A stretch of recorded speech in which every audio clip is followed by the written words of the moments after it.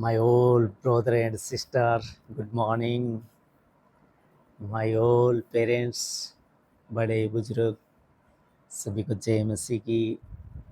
आज हम परमेश्वर का वचन आपके साथ साझा करेंगे भजन संहिता 91।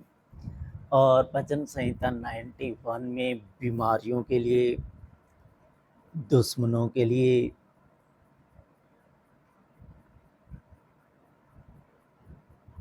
पत्थर से ठेस लगने नहीं देता, अपने फरिश्तों को वो अपने साथ रखता है। जो परम प्रधान के छाए स्थान में जो बैठे रहते हैं, वह सर्वशक्तिमान की छाया में ठिकाना पाएगा। और मैं यहोवा के विषय कहूँगा, वह मेरा शरण स्थान और गढ़ है। गढ़ का मतलब आप समझते हैं ना, किला। कोई किला कहते हैं, कोई गढ़ कहते हैं।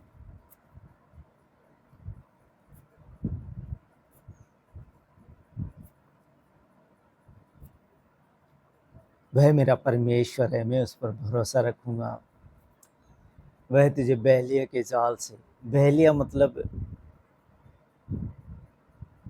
शैतान, जिसने हमें जाल के अंदर फंसा के रखा है। मोह, माया, निंदा, ईर्ष्या, चोरी, ठगी, मिक्सिंग, इन सब में वो बहलिया ने हमें फंसा के रखा हुआ है। और परमेश्वर कहता है कि यहाँ पर मन लगाना नहीं है। एक बहलिया है जो हमें फंसा के रखा है। मोह, माया, लालच, लोभ, निंदा, ईर्ष्या, चोरी, ढाक, कपट, परस्त्री गमन, इन सब में वो हमें फंसा के रखा है। और एक तरफ परमेश्वर कह रहे हैं कि यात्रा कर ले, यात्री जानकर यहाँ पर ज्यादा मन मुटाव मत लगा, ये तेरे व्यर्थ है, किसी काम का नहीं है। यात्रा कर, और यात्री है तू। तो हम यहाँ पर गलत मन लगा बैठते हैं, और हम यहाँ पर बच्चों के लिए बैंक बैलेंस, बेटियों के लिए बैंक बैलेंस, उसके लिए एफडी करा दो, उसके लिए एफडी करा दो।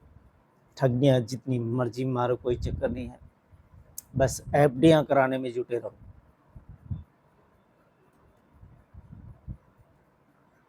और जब स्टेशन आ जाता है तब खाली हाथ, कुछ नहीं है पास में। एफडियाँ इतनी कराई, अपने पास कुछ है नहीं। अब क्या है कि अगर आपको सरग में मनी को कन्वर्ट करना है तो वो कैसे करना है? वो पिता का, परमेश्वर का वचन इसके अंदर में लिखा हुआ है कि अगर कंगालों को दोगे तो सरग में पाओगे। अगर हमारे बेटे और बेटियों को ही हम खाली देके और बैलेंस करके रह जाएंगे तो हमें नहीं मिलेगा। तो परमेश्वर का वचन कहता है कि एक धनवान आया। धनवान ने आके प्रभु इस मसीह से पूछा कि हे प्रभु, हे गुरु, मुझे स्वर्ग में जाने के लिए क्या करना पड़ेगा? तो खुदावन प्रभु यीशु मसीह ने कहा कि भाई देख, तेरे को ये काम करना पड़ेगा, झूठ नहीं बोलना, चोरी नहीं करना, निंदा नहीं करना, ईर्ष्या, ढाक, कपट, परस्त्री गमन, इन सब से तुझे बचना होगा। तो उसने कहा प्रभु यीशु मसीह ने कहा कि अपनी माता और पिता का आदर करना। तो उसने कहा कि ये सब चीज़ें तो मैं लड़कपन से, मतलब बचपन से मानता आया हूँ, और बताओ और क्या करूँ? तो खुदावंद प्रभु यीशु मसीह ने कहा कि एक बात की घटी है। बोला, वो किस बात की घटी है? बोला, जो तेरे पास धन संपत्ति है उसे कंगालों को बांट दे और मेरे पीछे आ जा। धन संपत्ति को बांट कंगालों को और मेरे पीछे आ जा। अब देखिए, स्वर्ग का खजाना उसने ठुकरा दिया है। स्वर्ग का स्वामी उसके सामने था, खुदावंद प्रभु यीशु मसीह, जिनके बिना कोई स्वर्ग में इंटर नहीं हो सकता, पहले उनकी इजाजत लेनी पड़ेगी। स्वर्ग का खजाना का मालिक, स्वामी उनके सामने खड़ा था। धनवान व्यक्ति के सामने खड़ा था। स्वर्ग का मालिक, और उसने चाहत रखी थी कि स्वर्ग में जाने के लिए मैं क्या करूं। और स्वर्ग के मालिक ने कहा था कि तेरी धन संपत्ति सब कुछ बांट दे। तो उसने क्या किया कि टुकुर टुकुर टुकुर टुकुर टुकुर टुकुर टुकुर कर चल दिया। नहीं रुका गुरु के पास, नहीं रुका स्वर्ग के स्वामी के पास, निकल गया। तब चेलों ने कहा कि क्या हुआ। तब खुदावंद प्रभु यीशु मसीह ने कहा कि ऊंट का सुई में नाके के अंदर से निकल जाना सहज है, आसान है, लेकिन धनवान का स्वर्ग में पहुंचना मुमकिन नहीं है, नामुमकिन है, मुमकिन नहीं हो सकता। तो हमें अपने बच्चों के लिए यहाँ पर धन संपत्तियाँ छोड़ के नहीं जानी है, इस काम के लिए नहीं आए हैं। हमें गरीबों को दान करना है, और जो हम दान कर जाएंगे वो हमें स्वर्ग में मिलेगा, और हम स्वर्ग में अमीर बनेंगे। यहाँ संसार में अमीर बनना कुछ सालों का शौक है, कुछ सालों की ज़िंदगी है, उसके बाद में त्राही त्राही है। 40 के ऊपर जाने के बाद में अनेक तरह की बीमारियां हमारे शरीर को आकर जकड़ती है। कभी पैर में दर्द, कभी घुटना दर्द, कभी साइड में दर्द, कभी बाजू में दर्द, कभी इधर दर्द, कभी सर्वाइकल हो गया, कभी ये हो गया, कभी सीने में दर्द, कभी पेट में दर्द। दर्द ही दर्द है 40 के बाद।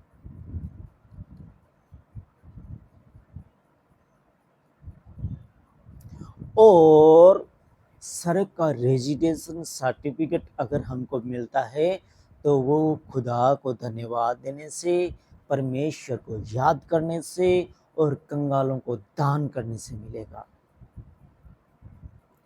अगर हम यहाँ का रेजिडेंशन सर्टिफिकेट नहीं चाहिए, परमेश्वर का वचन कहता है कि अगर तुम पूरे जगत को हासिल कर लो और अपनी आत्मा को खो दो तो तुम्हें क्या फायदा।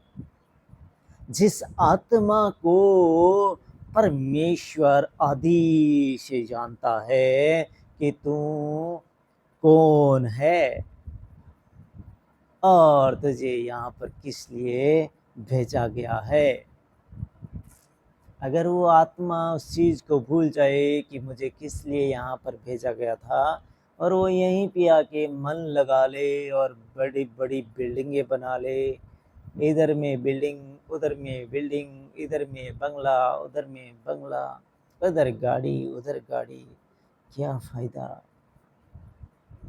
व्हाट इज़ दिस, ये क्या है।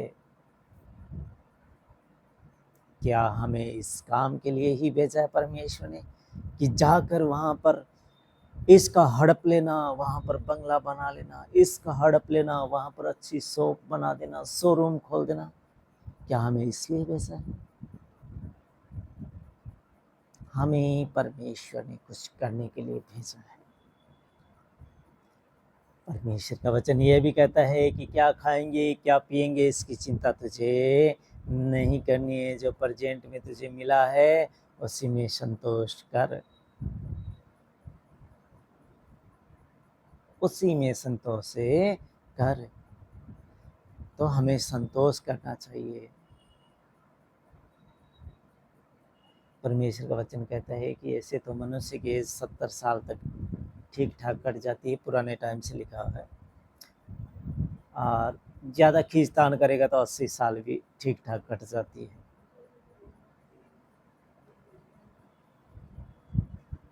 लेकिन कहता है उसका प्रॉफिट क्या है, क्या प्रॉफिट है उसका। स्टेशन आया, उतरना पड़ा, हाथ खाली।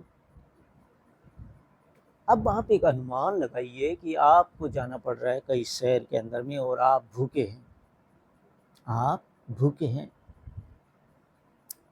आपको ट्रेन से उतारा गया, स्टेशन पे सामान बिक रहा है, आपको लगी है भूख, भूख आपको लगी है, पैसे आपके पास है नहीं। अब आप कहोगे मेरी बेटी के पास मैंने इतना एफडी कराया, वो कराया, वो कोई काम नहीं आएगा, वो बेटा देने वाला नहीं है अब आपको। क्योंकि अब आप उस दुनिया से रुखसत होकर दूसरी दुनिया में आ गए हैं। अब आप दूसरी दुनिया में है, दूसरे प्लेनेट पे है। अब क्या करोगे? भूख कैसी लगेगी? भूख लगेगी तो केवल परमेश्वर के वचनों की। अगर वो आपके पास नहीं है तो आप भूखे ही रहोगे और त्राहि त्राहि करोगे।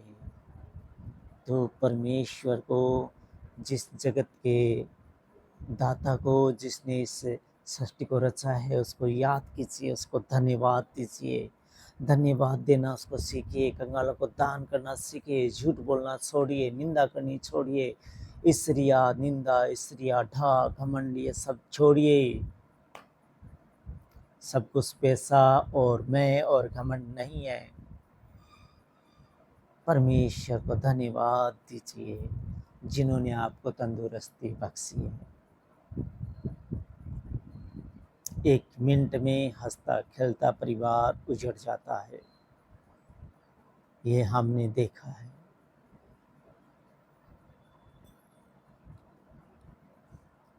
तो परमेश्वर को याद कीजिए, परमेश्वर को धन्यवाद दीजिए। आज चर्चा हो रही है खुदा के वचन की, वचन संहिता 91 अध्याय हम आपके साथ साझा करेंगे। और इसमें ये लिखा है कि पत्थर से ठेस लगने नहीं दूंगा। जो परम प्रधान के छाया स्थान में बैठा रहे वह सर्वशक्तिमान की छाया में ठिकाना पाएगा। सर्वशक्तिमान होगा और उसकी छाया के अंदर में ठिकाना पाएगा। मैं यहोवा के विषय कहता हूँ कि वह मेरा शरण स्थान और गढ़ है, वह मेरा परमेश्वर है। मैं उस पर भरोसा रखूंगा। वह तुझे बहलिए के जाल से छुड़ाएगा, वह तुझे अपने पंखों की आड़ में ले लेगा। तो उसके पैरों के नीचे शरण पाएगा। उसकी सच्चाई तेरे लिए ढाल और झिल्लम ठहरेगी। तू न रात के भय से डरेगा, न तीर से जो दिन को उड़ता है, न उस मरी से जो अंधेरे में फैलती है, न उस महारोग से जो दिन दोपहरी में उजाड़ता है। तेरे निकट 1000 तेरी दाहिनी ओर 10,000 गिरेंगे, परंतु वह तेरे पास न आएगा। परंतु तू अपनी आंखों से दृष्टि करेगा और दुष्टों के अंत को देखेगा। हे यहोवा, हे परमेश्वर, तू मेरा शरण स्थान ठहरा है। तूने जो परम प्रधान को अपना धाम मान लिया है, इसलिए कोई विपत्ति तुझ पर न पड़ेगी, न कोई दुख तेरे डेरे के निकट आएगा। क्योंकि वह अपने दूतों को, फरिश्तों को यह आज्ञा देगा कि जहाँ कहीं तू जाए वे तेरी रक्षा करे। वे तुझको हाथों हाथ उठा लेंगे। ऐसा ना हो कि तेरे पाँव में पत्थर से ठेस लगे। तो सिंह और नाग को कुचलेगा, तो जवान सिंह अजगर को लताड़ देगा। क्योंकि उसने मुझसे स्नेह किया, इसलिए मैं उसे छुड़ाऊंगा। मैं उसको ऊंचे स्थान पर रखूंगा। जब वह मुझको पुकारेगा, मैं उसकी सुनूंगा। परमेश्वर सुनेगा हमारे। संकट के समय उसके संग रहूंगा। मैं उसको बचाकर उसकी महिमा बढ़ाऊंगा। मैं उसको दीर्घायुष्य से तृप्त करूंगा और अपने किए उद्धार का दर्शन दिखाऊंगा।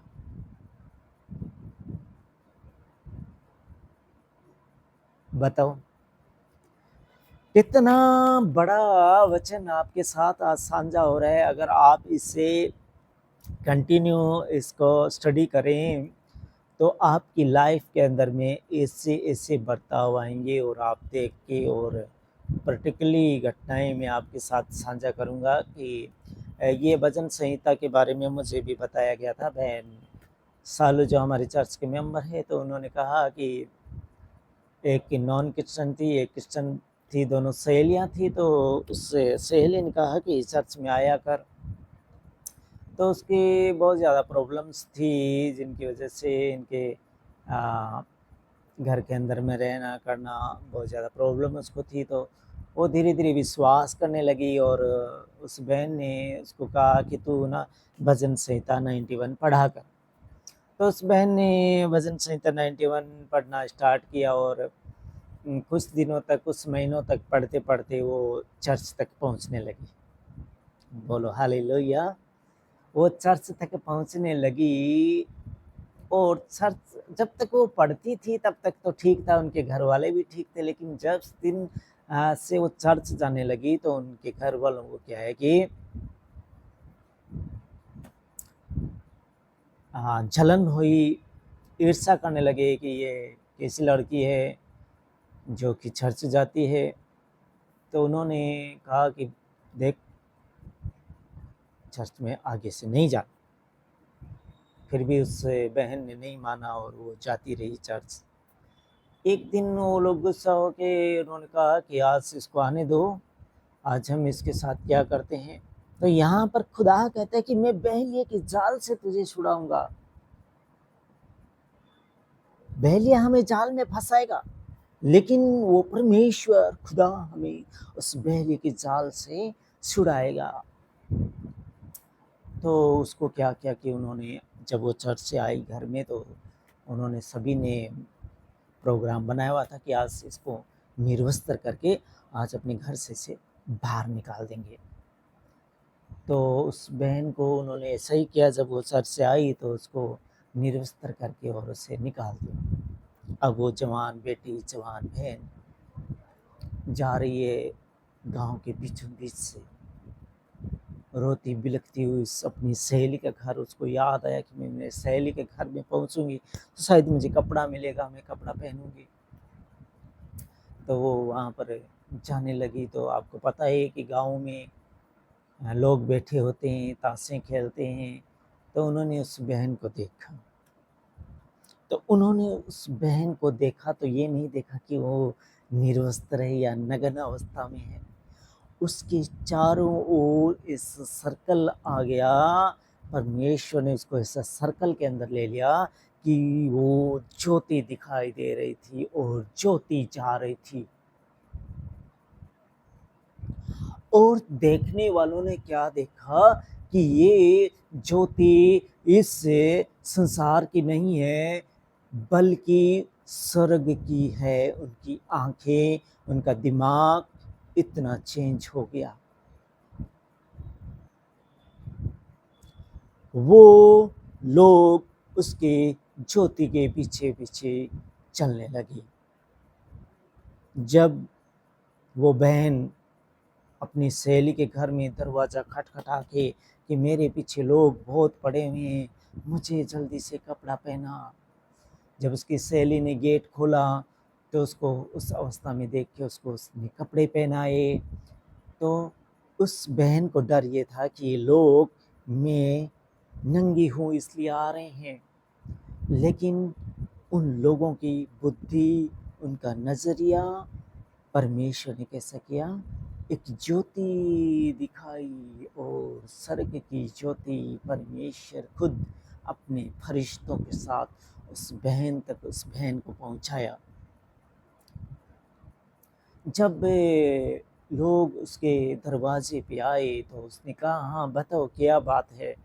तो उन लोगों ने कहा कि बहन, आपके घर में एक ज्योति आई है, ऐसी ज्योति हमने ही कभी नहीं देखी। बल्कि ये ज्योति यहाँ की नहीं है, बल्कि ये ज्योति स्वर्ग की है और स्वर्ग की ज्योति आपके घर में आई है।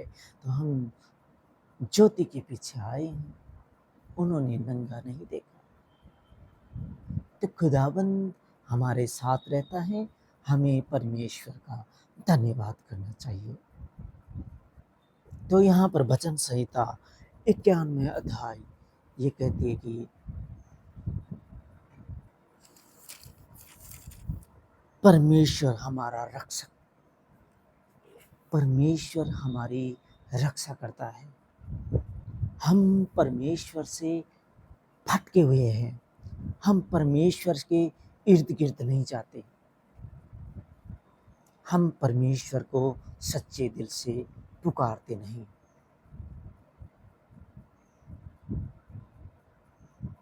हमें पता नहीं है कि वो कितना अमूल्य है, कितना प्यारा है, कितना प्योरिटी का सागर है वो।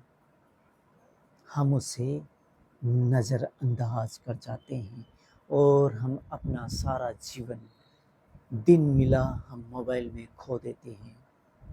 और बीता हुआ समय मेरे दोस्तों, मेरी बहनों, मेरे भाइयों वापस नहीं आएगा। अगर आपके पास समय है, आप परमेश्वर को धन्यवाद दीजिए, गरीबों को दान दीजिए। अगर आपको स्वर्ग में पैसा चाहिए तो। अगर आप वचन सीखेंगे, वचन से आपको स्वर्ग में भूख है जो मिट जाएगी, भूख नहीं लगेगी। भूख केवल लगेगी वचनों की लगेगी। जब हम वचन बोलेंगे स्वर्ग में हमारी भूख मिट जाएगी, हम तृप्त हो जाएंगे, हम खुदा के साथ एक रूह हो जाएंगे और वहाँ हम युग युग तक राज करेंगे। और परमेश्वर का वचन ये भी कहता है कि तुम लोग स्वर्गदूतों का न्याय करोगे। स्वर्गदूतों का न्याय हम करेंगे। परमेश्वर ने हमें कहा है कि तुम अच्छे बनो, तुम स्वर्गदूतों का न्याय करोगे।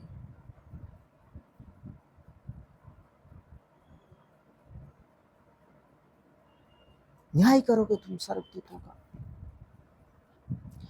जो परम प्रधान के छाए स्थान में बैठा रहे, वो सर्वशक्ति महान के छाए में ठिकाना पाएगा।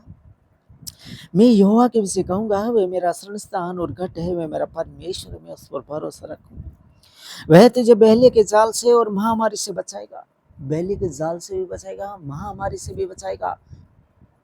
कोविड में देखा कैसे बचाया खुदा ने, परमेश्वर ने अपने लोगों को कैसे बचाया। महामारी से बचाऊंगा। वह तुझे अपने पंखों के आड़ में ले लेगा, तो उसके परों के नीचे शरण पाएगा। उसकी सच्चाई तेरे लिए ढाल और झिल्लम ठहरेगी।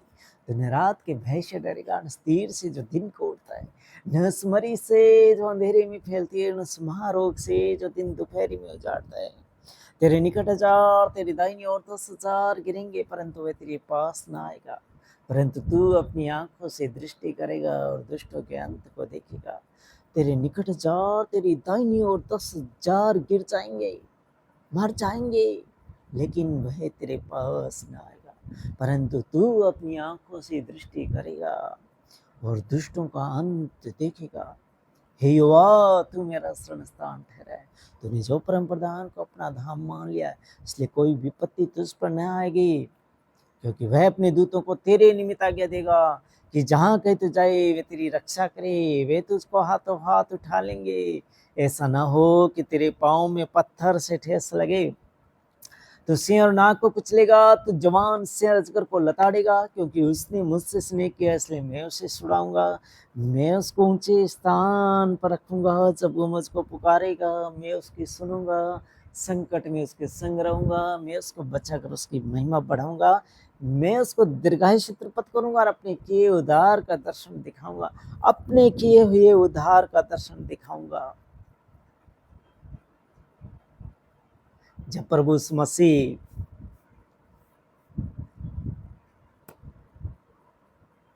यहाँ पर थे और जब उनको सूली पे चढ़ाया गया रोमी सरकार द्वारा, तो उन्होंने प्राण त्यागे और उन्होंने खुदावंत से कहा कि हे परमेश्वर, हे पिता, मैंने तेरी महिमा पृथ्वी पर की है। मैंने तेरी महिमा पृथ्वी पर की है। अब तू मेरी महिमा स्वर्ग में कर। कितना बड़ा वो जो इकलौता लाल परमेश्वर का, और परमेश्वर से कह रहा है कि मैंने तेरी महिमा, परमेश्वर की महिमा मैंने पृथ्वी पर की है। पिता, मैंने तेरी महिमा पृथ्वी पर की है। अब तू, ये वक्त आ गया कि अब तू मेरी महिमा स्वर्ग में कर। परमेश्वर करता है मसीह की महिमा स्वर्ग में। सारा अधिकार उसको मिल गया, स्वर्ग की कुंजियां उसके पास है, द्वार के आगे खड़ा वही मिलेगा। सारा अधिकार उसके हाथ में। तो उस खुदा को याद कीजिए, इस परमेश्वर को याद कीजिए, परमेश्वर के वचनों को याद कीजिए, ताकि जब हम अपने ट्रिब्यूनल पे उतरें तो हमें कोई चीज़ की घटिया ना हो, बल्कि खुशियाँ हो। खुशियाँ, क्या आपको अच्छा लगता है खुशी? हम अगले स्टेशन पे जाएँगे और वहाँ पर हमारा कोई स्वागत कर रहा होगा। जब आपके दूसरे कंट्री से जो आपकी कंट्री में आता है, चाहे वहाँ का प्रधानमंत्री हो, चाहे राष्ट्रपति हो, उसका कैसे स्वागत किया जाता है, वैसे ही हमारा स्वागत स्वर्ग में होगा। तो खुदा को धन्यवाद दीजिए, परमात्मा को धन्यवाद दीजिए। निंदा, ईर्ष्या, ढा, कपट, चोरी, चुगली सब छोड़िए, सबसे नाता तोड़िए, कंगालों को दान कीजिए। खुदा आप सबको बरकत और आशीष दे। आमीन।